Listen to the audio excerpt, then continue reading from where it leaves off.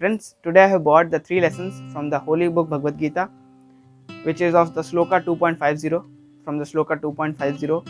And the first lesson which I am going to tell and elaborate is that misers desire to enjoy the fruits of their own work, to get more entangled in that material bondage. Now, whenever you own an object, whenever you have an object, you get more attached to it. आप ज़्यादा attached हो जाते हो उससे, right? उसके बाद जब आप काम करते हो और आपको रिजल्ट्स मिलते हैं उस चीज़ से, तब आप ऐसा सोचते हो कि वो रिजल्ट सिर्फ मेरे हैं, that results are only mine, और मैं उसको किसी से बांटूंगा नहीं, किसी के साथ शेयर नहीं करूंगा।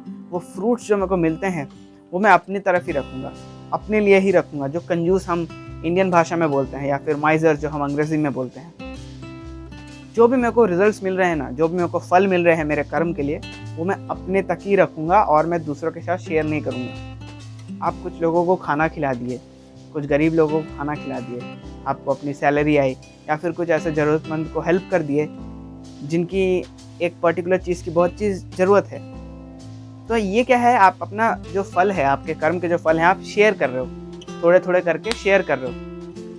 इससे क्या होती है, आपकी मटेरियल बॉन्डेज जो है वो कम होने लगती है और आपकी स्पिरिचुअल बॉन्डेज ज़्यादा होने लगेगी, सेवा भावना आप में ज़्यादा आएगी। और कंजूस लोग सेवा नहीं करते कभी भी, इस लाइन का यही अर्थ है। Second, everything should be done for Krishna, for the satisfaction of Krishna. आप अपने लाइफ में जो भी कार्य करते हैं, हमेशा सोचिए कि मैं कृष्ण से जुड़ना है मुझे।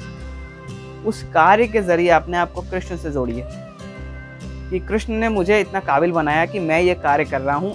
अगर मैं ये कार्य करता हूँ, मैं ये कर्म करता हूँ, if I do this work and if I win this work, if I win my job, win my position, if I win the responsibility given to me, तब ये डायरेक्ट ऑफरिंग है कृष्ण को, like that. And third, unfortunate persons do not empty their energy in the service of the lord. जो लोग बदनसीब होते हैं वो इनको भक्ति का चांस नहीं मिल पाता। जो लोग खुश नसीब होते हैं उनको चांस मिलता है कि वो अपनी एनर्जी कृष्ण की ओर लगाएं, कृष्ण के लिए लगाएं, कृष्ण के ऊपर लगाएं।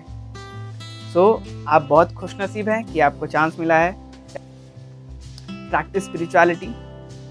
आप बहुत खुश नसीब है। कुछ लोगों को ये खुश नसीबी होती नहीं है, और वो बदनसीब होते हैं वो लोग जो अपना एनर्जी पास है, उनके पास है, तो वो डिवोट नहीं करते कृष्ण को।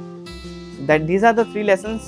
If you like this video, then do hit a like button and do share to all the people whom you think these lessons are very important. Till then, stay tuned for the next lesson and subscribe, and best of luck.